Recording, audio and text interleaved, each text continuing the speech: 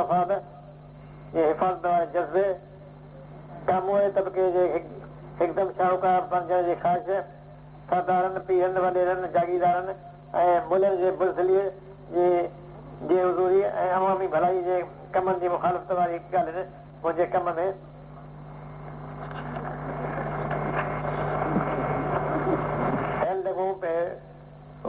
थी ऐं उन खां सवाइ तजुर्बे जी घटिताईअ तबियत जे जज़्बाती परे सातिर माण्हुनि जे साज़ुसिन मूंखे पंहिंजे मक़सद में कामयाबु थियण न ॾिनो। मूं ऐं मुंहिंजे रफ़ीक़नि इन सभिनी ख़राबनि जो मुख्य कारण सिंध जे बम्बई सां गॾु गॾिजण खे सम्झी सिंध खे बम्बई खां आज़ादु कराइण जी कोशिशि कई। सिंध बम्बई खां आज़ादु थी पर जुदा चूंडनि जे तरीक़ेकार गवर्नर जे ख़ुशूसी इख़्तियारनि सूबे में पैसनि जी घटिताई ऐं सिंध जे मथे तबिके जे मुस्तक़िल मफ़ाद रखंदड़ गुरोहनि जी पाण में चटाभेटियुनि ऐं ॿियनि ॻाल्हियुनि असांखे ॾेई आल इंडिया जमायतुनि जे झोलीअ में उछलायो। होॾां वरी अंग्रेज़नि हिंदुस्तान जे कुझु सूबनि में हिंदुनि जी घणाईअ ऐं किन में मुस्लमाननि जी घणाईअ खे मदनज़र रखंदे हिंदुनि ऐं मुस्लमाननि में इख़्तिलाफ़ पैदा करे संदनि इख़्तिलाफ़ जो फ़ाइदो वठी मुल्क ते पंहिंजी हुकुमरानी जो सिलसिलो बरक़रार रखियो। अंग्रेज़नि में ॿ गिरोह हुआ, हिकिड़ा साम्राजी ज़हननि जा मालिक ऐं ॿिया इंसान दोस्तीअ में यकीन रखंदड़ हुआ, जहिड़ो कि फेबियन सोसाइटी वारा। हिकिड़नि जो ख़्यालु हो त कुदरत तारीख़ खेनि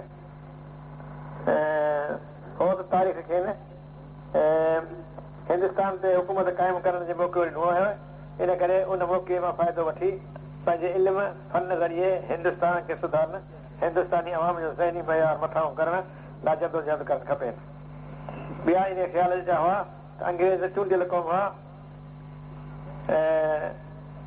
उन करे हिन मुल्क में रही हुकूमत करणु संदनि हक़ हो। हिंदुस्तानी सियासत में शुरू खां वठी अॼु वठी ॿ रुझान या लारा पे रहिया आहिनि। हिकु रुझान जा हामी हिंदुस्तान खे मोहबत जे बुनियाद ते मुतहद करे अमन ऐं सलामती जे ज़रिए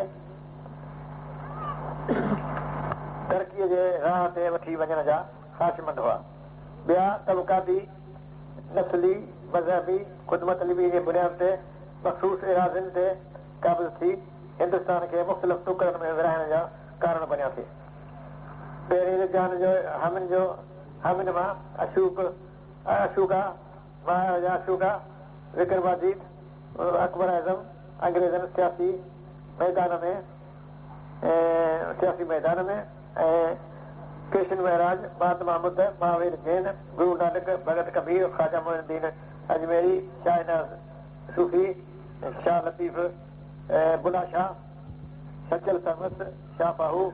रहमान बाबा मस्तवकली ऐं ॿियनि बुज़ुर्गनि फिक्री ऐं ज़हनी इक़्तिदा ऐं महबत जे बुनियाद ते हिंदुस्तान खे मुतहद रखी अमन क़ाइमु करण लाइ जदोजहद कई। ॿिए रुझान जा हामी क़बाइली झगड़नि, इक़्तिसादी फुरलुट, सियासी इतिसाल जे जज़्बे ऐं मज़हबनि जे ग़लति तस्वीर जे ज़रिए मुनफ़रत ऐं निफ़रत ऐं निफ़ाक़ पखेड़े हिंदुस्तान खे मुतहद करण जे एवज़ भाङनि में विराइण जा लाइ कोशिश रहिया आहिनि। इहो सिलसिलो अवाल खां जारी पई रहियो आहे। मोहबत ऐं एकता हिकु तरफ़ पंहिंजो कमु कंदी पई रही आहे त ॿिए तरफ़ निफ़रत निफ़ाक़ इख़्तिलाफ़ कारफ़र्मा पई रहिया आहिनि। असां उणिवीह सौ 37 धारे जॾहिं सिंध में इतिहाद पार्टी ठाहे सियासी मैदान ते कमु करणु शुरू कयो हो, उन वक़्तु असांजे ख़्वाहिश हुई हिंदू ऐं मुस्लमान पंहिंजे सुफ़ियाने ऐं वेदांती रिवायतुनि मूजिबि गॾिजी पंहिंजे मुस्तक़िल मफ़ाद खे कई दफ़ा आज़ादु थी सिंध जे इतिहाद ऐं तरक़ीअ लाइ कोशिशि कंदा, पर बदकिस्मती सां ईअं थी न सघियो। असां जेकी सूफ़ी बुज़ुर्गनि जे रिवायत मूजिबि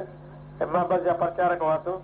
शातिर सियासतदाननि जे चालाकियुनि जो शिकार बणिजी थी इस्लाम जे अमन सलामती ऐं माण्हुनि खे मसावात जे बुनियाद ते मुतहद रखण दीन जे ग़लति तशरीह में वेसा करे क़ुर ऐं इकाम इलाही जे हिन वाज़े हिदायतुनि जंहिंजी तशरीह शेख सैदी हिन तरह कई आहे तो बराए वसूल करद नाम दी नए बराए फसल करद नाम दी। ऐं मिसरी शाह हिन तरह फरमायो आहे त इख्तिसारो इस्लाम मज़हब बाबति आहिनि मुबारक। ये उम्मत इस्लाम खां कतई अणॼाण माण्हुनि ऐं फासी ख़्यालनि जे तर्जुमान यहूदियुनि जी पैरवी में मुस्लमाननि खे चूंडियल ऐं अलहदा क़ौम सलींदड़ इक़बाल जे ग़लति फिक्री ॼाण में वञी फाथासीं। क़ुर जे वाज़िह तालीमात इन लज़ीन आमनू हादू वनसा वसाबीन वन आमन बिल्लाह वल यौमिल आखिर वअमल सालिहन वला खौफुन अलैहिम वला हुम यहज़नून। ऐं हज़ारनि वरनि जी तारीख़ी हक़ीक़तुनि जे ख़िलाफ़ अशोका खां अंग्रेज़ दौर ताईं कयल सियासी महिनत ऐं कृष्ण खां वठी शाह लतीफ़ जे फिक्री रहनुमाई ख़िलाफ़ हिंदुस्तान खे विराए ॿ भाङा करण वारे आलमी साम्राजी साज़िशुनि जे शतरंज जा मोहरा बणिजी वियासीं। हिन वक़्तु आउं मज़हबी मालूमात सियासी तजुर्बे मुस्तक़बिल ते गौर करण बैदि हिन नतीजे ते पहुतो आहियां त 1947 जे कयल साम्राजी फ़ैसिले मां फ़ाइदो पहुचण बदिरां नुक़सान पहुता आहिनि। नंढे खंड जे मुख़्तलिफ़ क़ौमुनि में शकशबा वधिया आहिनि। मुख़्तलिफ़ साम्राजी ताक़तुनि जे असर हेठि अची तबाही ॾामींदड़ रस्ते ते अची पहुता आहियूं। हिन वक़्तु असांखे इहे माण्हू इस्लाम जे नाले में बेवकूफ़ बनाए रहिया आहिनि जिन जो मोहबत इंसानियत इख़लाक़ सां को बि वास्तो नाहे।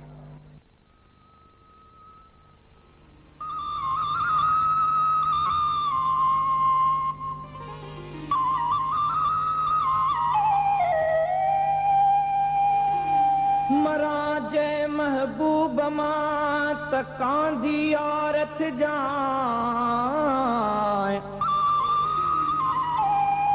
जे देर हुजे दफनाइण में त थोरो तरस जाए रोंदा खान लए अजीज भली तू न रोए जाए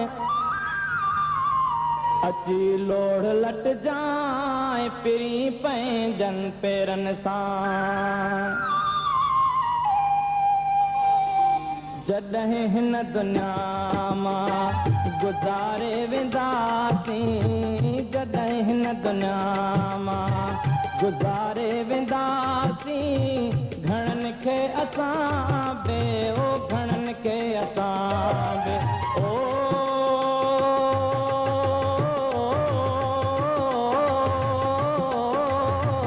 घणनि खे असां बे ओ घणनि खे असां बे रुआरे वेंदासीं जॾहिं हिन दुनिया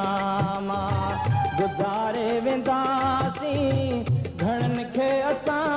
बे ओ घणनि खे असां बे ओ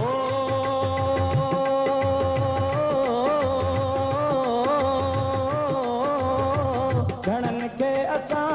बे ओ घणनि खे असां बे रुआरे वेंदासीं जॾहिं हिन दुनिया मां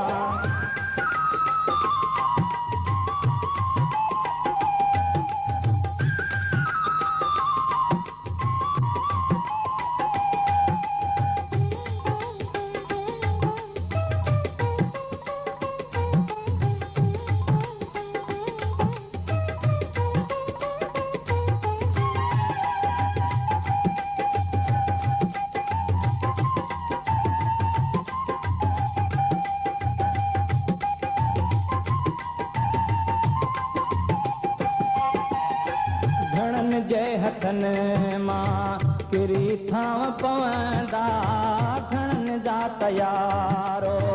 सिजी हाव पवंदा घणनि जे हथनि मां किरी थांव पवंदा घणनि जा तयारो सिजी हाव पवंदा पत्थर जूं दिलियूं बे ओ पत्थर जूं दिलियूं बे ओ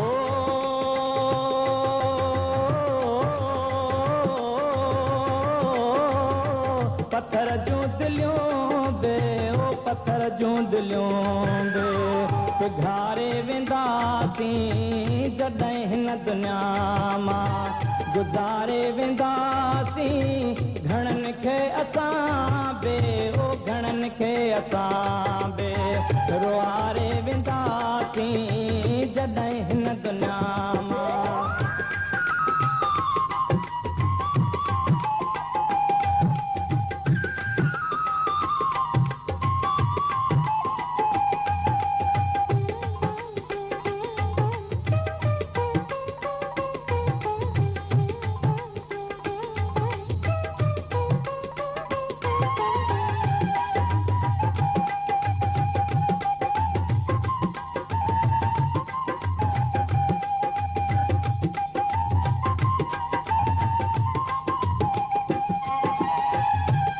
उज़ुर खाही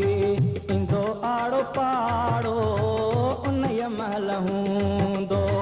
रुगो रोज राड़ो करण उज़ुर खाही इंदो आड़ो पाड़ो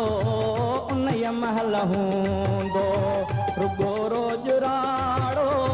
ख़ुशियूं पाण सां गॾु ख़ुशियूं पाण सां गॾु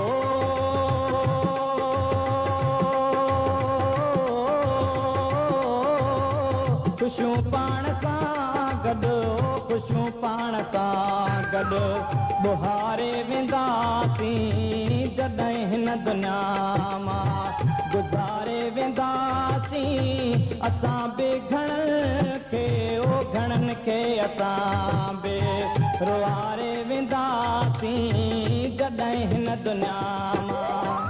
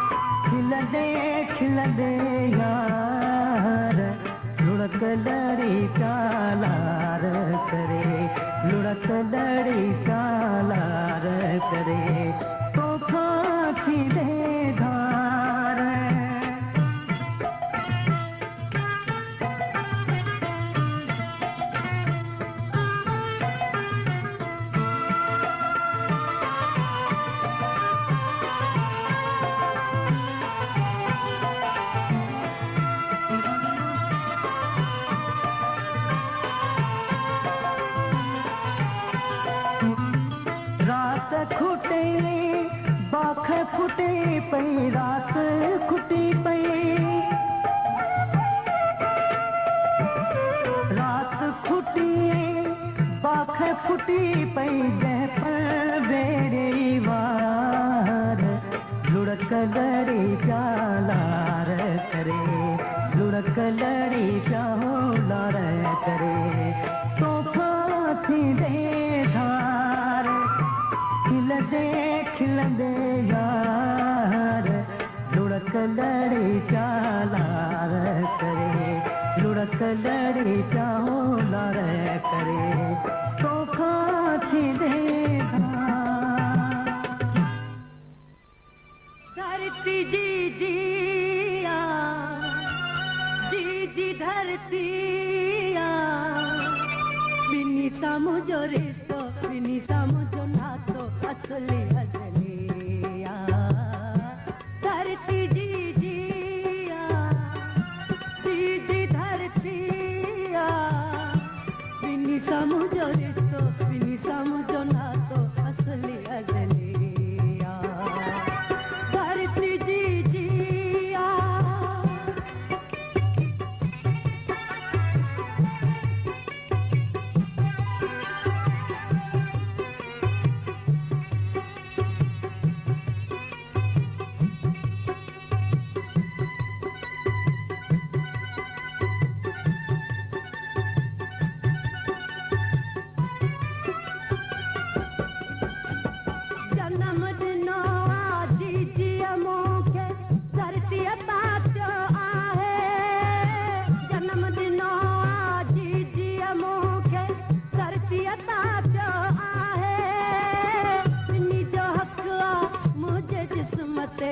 कर्ज बिनी जो आहे जान दई मां कर्ज चुकाया अब जन काई कमिया धरती जी जिया जी धरतिया बिनी मुझो रिश्तो बिनी मुझो नातो असली अजलिया धरती जी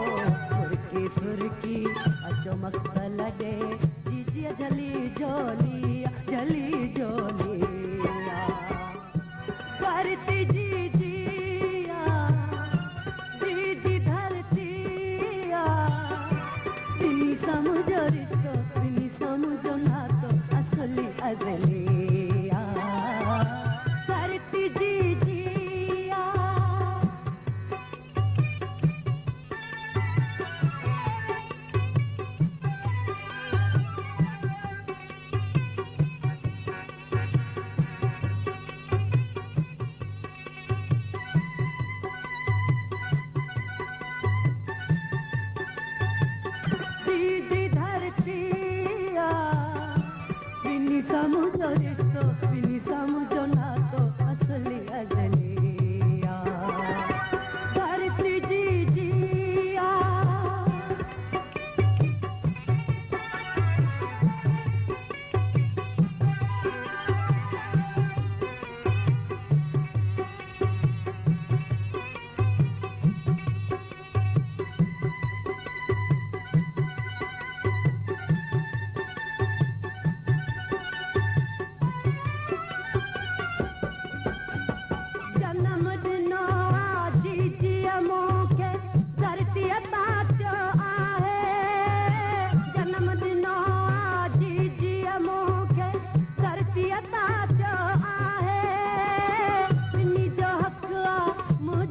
कर्ज बिनी जो आहे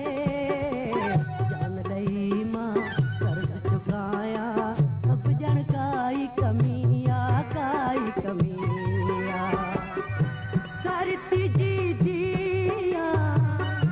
जी धरतिया बिनी सा मुझो रिश्तो बिनी सा मुझो नातो असली अजलिया धरती जी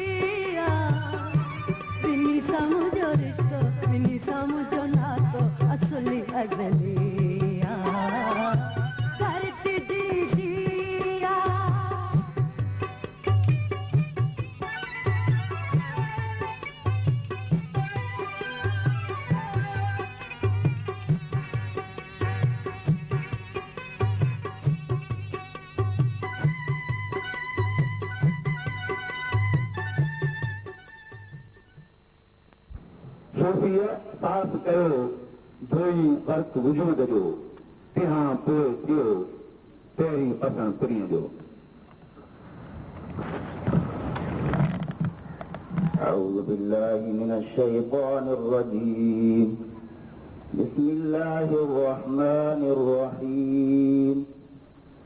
عما يتساءلون عن النبأ العظيم الذي هم فيه مختلفون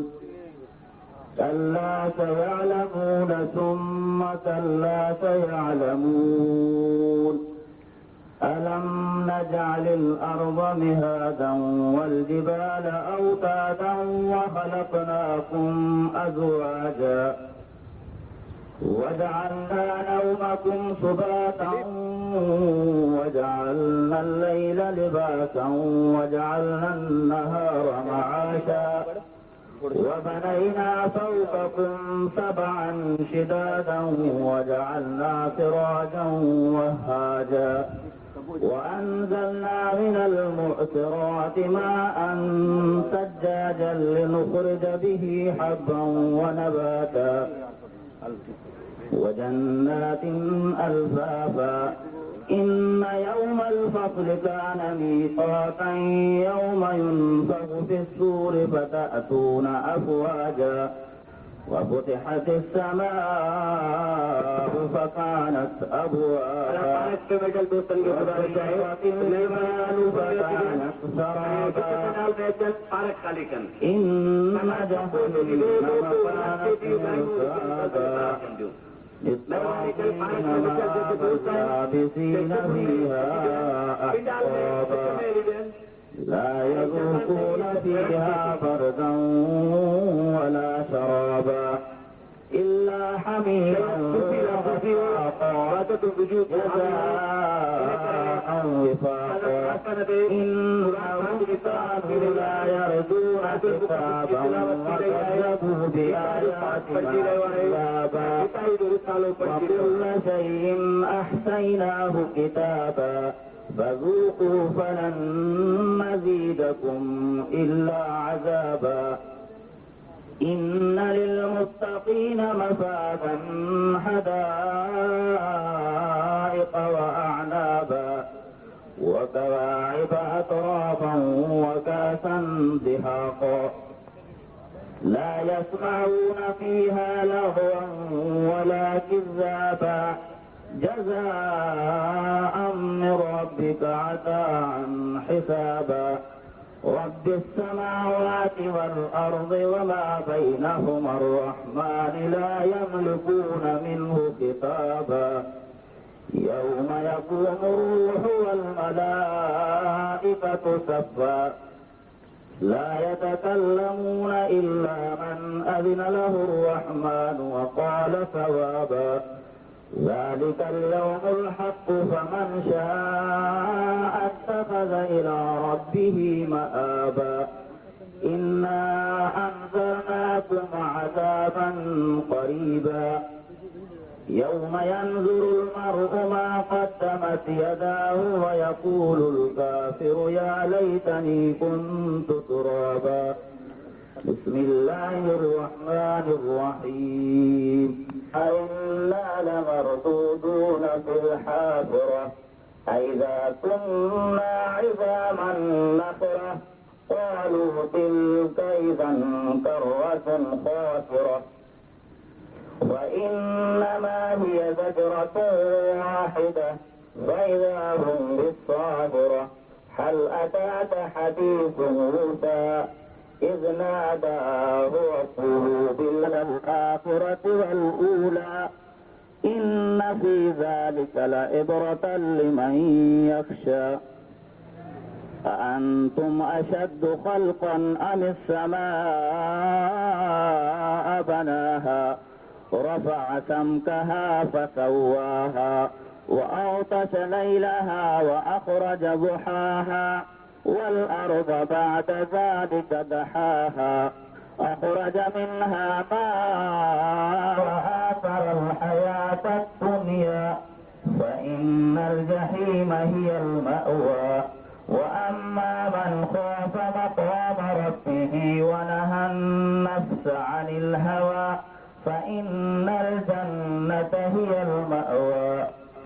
عبس وتولى أن جاءه الأعمى وما يدريك لعله يزكى أو يذكر فتنفعه الذكرى أما من استغنى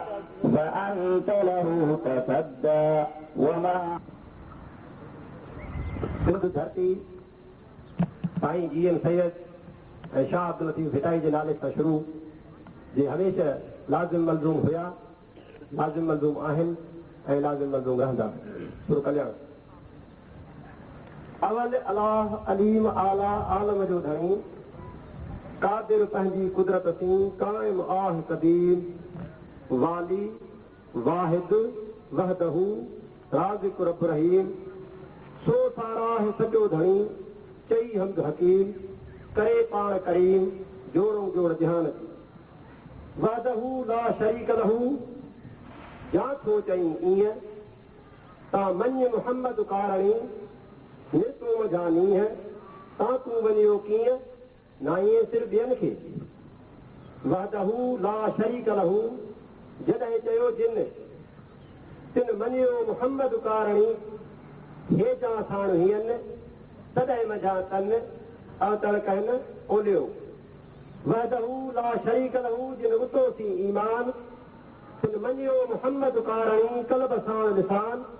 उहे फारिक में फरमान अवतड़ कहनि ओलिया अवतड़ कहनि ओलिया सुतड़ विया सालिम हे काई हे कुथिया अदसी आलिम बेबहा बालिम आगे कया अगही निसोरोई नूर ला खौफुन अलैहिम वला हुम यहज़नून सच्चन कोन्हे सूर मौला थियो मामूर अंग अज़ल में उनजो बदहू जे वधिया इल्लल्लाह की ओरीन यूं हकीकत गॾियो तरीक़त तोरीन मारिफत जी माठसी ॾेसांदर डोरीन सुख न सुता कॾहिं वेही न मोरीन कुल न्यू कोरीन आशिक अब्दुल लतीफ़ चए बदहू जे वधिया इल्लल्लाह अध कया मुहम्मद रसूल चई मुसलमान थिया आशिक अब्दुल लतीफ़ चए इन्हीअ पए पिया तेला धईअ धोआ जेला विया वत त गॾिजी बदहू जे वधिया कया इल्लल्लाह अध से धड़पसी सध कया भाॻीअ न थिए बदहू ला शरीक लहू ॿुधी न ॿोड़ा कि तो कने नसवा जे घट अंदर घोड़ा गाड़ी जे ॻोढ़ा जे शायद थी नहीं साम्हूं वदहू ला शरीक लहू इहो विहायत वीर खती जे हाराईअ हंधु तुंहिंजो हीर पाणा चवंदई पीउ भरे जाम जन्नत जो वदहू ला शरीक लहू इहो हेकड़ाई हक़ प्याईअ खे बख जिन विधो से वसिया सिर ढूंढिया धड़ न लहा धड़ ढूंढिया सिर नाह हथ करायूं आङरियूं विया कपजी काए वहदत जे विहाए जे विया से वढिया आशिक चओ उनखे मकी चओ माशूक ख़ालिक चओ मखाम तूं मकी चओ मखलूक सनज तई सलूक जो नाक़सिया नियो वहदता कसरत थी कसरत वहदत कुल हक़ हक़ीक़ी हेकड़ो ॿोली ॿी मभुल हू हुला चो हुल बिल्लाह सदो सजणे पाण ई जल जलाल हू पाण ई जान जमाल पाण ई सूरत पिरीअ जी पाण ई हुस्न कमाल पाण ई पीर मुरीद थे पाण ई पाण ख़्याल सभु सभु वही हाल मझाई मालूम थे पाण ई पसी पाण खे पाण ई महबूब पाण ई ख़ल्क़ खूब पाण ई ख़ल्क़े खूब पाण ई तालिब तिन जो सो हीउ सो हू सो अजल सो अलाह सो पिणी सो पसार सो वेरी सो वाहरू पढ़ाॾो सो सट वरवाईअ जो जे नहीं हुआ अॻे में गॾु ॿुधण में बचिया एक कसर घर लख कोड़े कंस गिरखियूं जेड़ा करिया परख तेरा साहब साम्हूं कोड़े कायाऊं तुंहिंजियूं लिखल लख हज़ार जीअ सभु कहे जीअसीं दर्शन धारो धार प्रेम तुंहिंजा पार कहिड़ा चई कहिड़ा चवां सबका पिरियां तूं पूॼे नीह नेड़े गुण ॻाल्हियो जाच ताइम चित में सजण साथो ॿुझे लात जा लतीफ़ जी सद तुंहिंजो सुझे सभिनी मज़हबनि जा पोइ खेसि पंहिंजो रहबर सम्झनि था उन करे क़ुर पाक ऐं शाह जो रिसालो बाइबल मुक़दस ऐं गीता जो पाठ थी रहियो आहे हाणे प्रदीप कालाणी गीता जो पाठ कंदो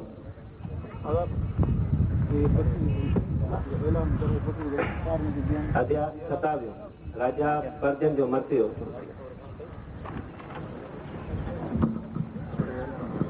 नाथ मुनि चयो ही राजन अनरेत राजा पर्जन उन नवन दरवान नगरी में पंहिंजे सुंदर स्त्री रा गॾु रहंदो ऐं अनेक वैश्या भोग भोगींदो वियो उन स्त्री जो मुखी सेवक ऐं 10 बानियूं अनेक प्रकार जे भोग विलासनि ऐं सामान आणे खेसि विंदराईंदा रहंदा हुआ राजा पर्जन उन स्त्री जो अहिड़ो त वस्ती वियो जो हू जेके बि कंदी हुई सो पाण कंदो एतिरे क़दर जो हू खाए त पाण बि खाए हू ॻाए त पाण बि ॻाए हू डोड़े त पाण बि डोड़े हू ॾिसे ॿुधे ऐं सुंघे त हू बि ॾिसी ॿुधे ऐं सुंघे जे हू उदास त राजा बि उदास ऐं जे हू ख़ुशि त राजा बि ख़ुशि मतिलबु त राजा उन स्त्री जे डोरे में ॾाढो ॿधिजी वियो जो जीअं हू करे थी पाण बि करे करणु लॻो अहिड़ी तरह राजा पर्जन उन स्त्री जे संग में अनेक वरिया गुज़ारे क़िस्मे क़िस्मे जा भोग भोगे हेठि अची ॿुढो थियो चंडल नाले हिकु मां बलवान रंधिणो हूंदो उनजे हेठां 360 अछा दास ऐं 360 कारियूं दासियूं हुयूं जे साधा पर्जन जी नगरी खे लुटींदा रहंदा हुआ राजा जी ॿुढे थियण ते कंदरो चंडवेग हिन जी नगरी ते काए आयो ऐं संदसि दास दासियुनि जॾहिं नगरी में फुलत करणु शुरू कई तॾहिं 5 फिरनि वारी नागा नगरी जे बचा लाइ ॾाढी कोशिशि कई पर अछा गंदरो ऐं कारियूं गंदरियूं हिन ते ॻाल्हि पइजी वयूं बाइबल मुक़दस की शुरुआत मूसा जो पहिरियों किताब यानी पैदाइश खुदा शुरुआत में आसमान ऐं ज़मीन खे पैदा कयो ऐं ज़मीन बेतरतीब ऐं वैरान हुई ऐं उन्हाईअ जे मथां ऊंदड़ हुई ख़ुदा जे रूह पाणीअ जे मथां आरो कयो ऐं ख़ुदा चयो त सोजरो थिए ऐं सोजरो थियो ऐं ख़ुदा ॾिठो त सोजरो चङो आहे ऐं ख़ुदा सोजरे खे ऊंदहि सां धार कयो ऐं ख़ुदा सोजरे खे ॾींहुं छॾियो ऐं ऊंदहि खे राति छॾियईं सो सांझी सुबुह थियो ऐं पहिरियों ॾींहुं थियो ख़ुदा चयो त पाणियुनि जे विच में खाल थिए त पाणी पाणियुनि खां जुदा थियनि सो ख़ुदा खाल जोड़ियो ऐं खाल जे हेठां जेके पाणी हुआ तिन खे उन्हनि पाणियुनि खां जुदा कयईं जेके खाल जे मथां हुआ ऐं ईअं ई थियो ऐं ख़ुदा खाल खे आसमान छॾियो सो सांझी ऐं सुबुह थियो ऐं ॿियो ॾींहुं थियो ऐं ख़ुदा चयो त आसमान जे हेठां जेकी पाणी आहिनि से सभु हिकिड़े हंधि गॾु थियनि त ख़ुश्की ज़ाहिर थिए ऐं ईअं ई थियो ऐं ख़ुदा ख़ुश्कीअ खे ज़मीन छॾियो ऐं गॾु थियल पाणियुनि खे समुंड छॾियईं ऐं ख़ुदा ॾिठो त चङो आहे ऐं ख़ुदा चयो त ज़मीन ते गाह ॿिज वारा ॿूटा ऐं मेवेदार वण जे पंहिंजी पंहिंजी जिन्स मूजिबि मेवेदार ऐं ॿिज वारा आहिनि से सभु ज़मीन मां उभरनि ऐं ईअं ई थियो तॾहिं ज़मीन ते गाह ऐं ॿूटा जिन में संदन जिन्स मूजिबि ॿिज आहे ऐं मेवेदार वण जे पंहिंजे जिन्स मूजिबि ॿिज वारा आहिनि से ज़मीन मां उभरिया ऐं ख़ुदा ॾिठो त चङो आहे सो सांझी ऐं सुबुह थियो ऐं टियों ॾींहुं थियो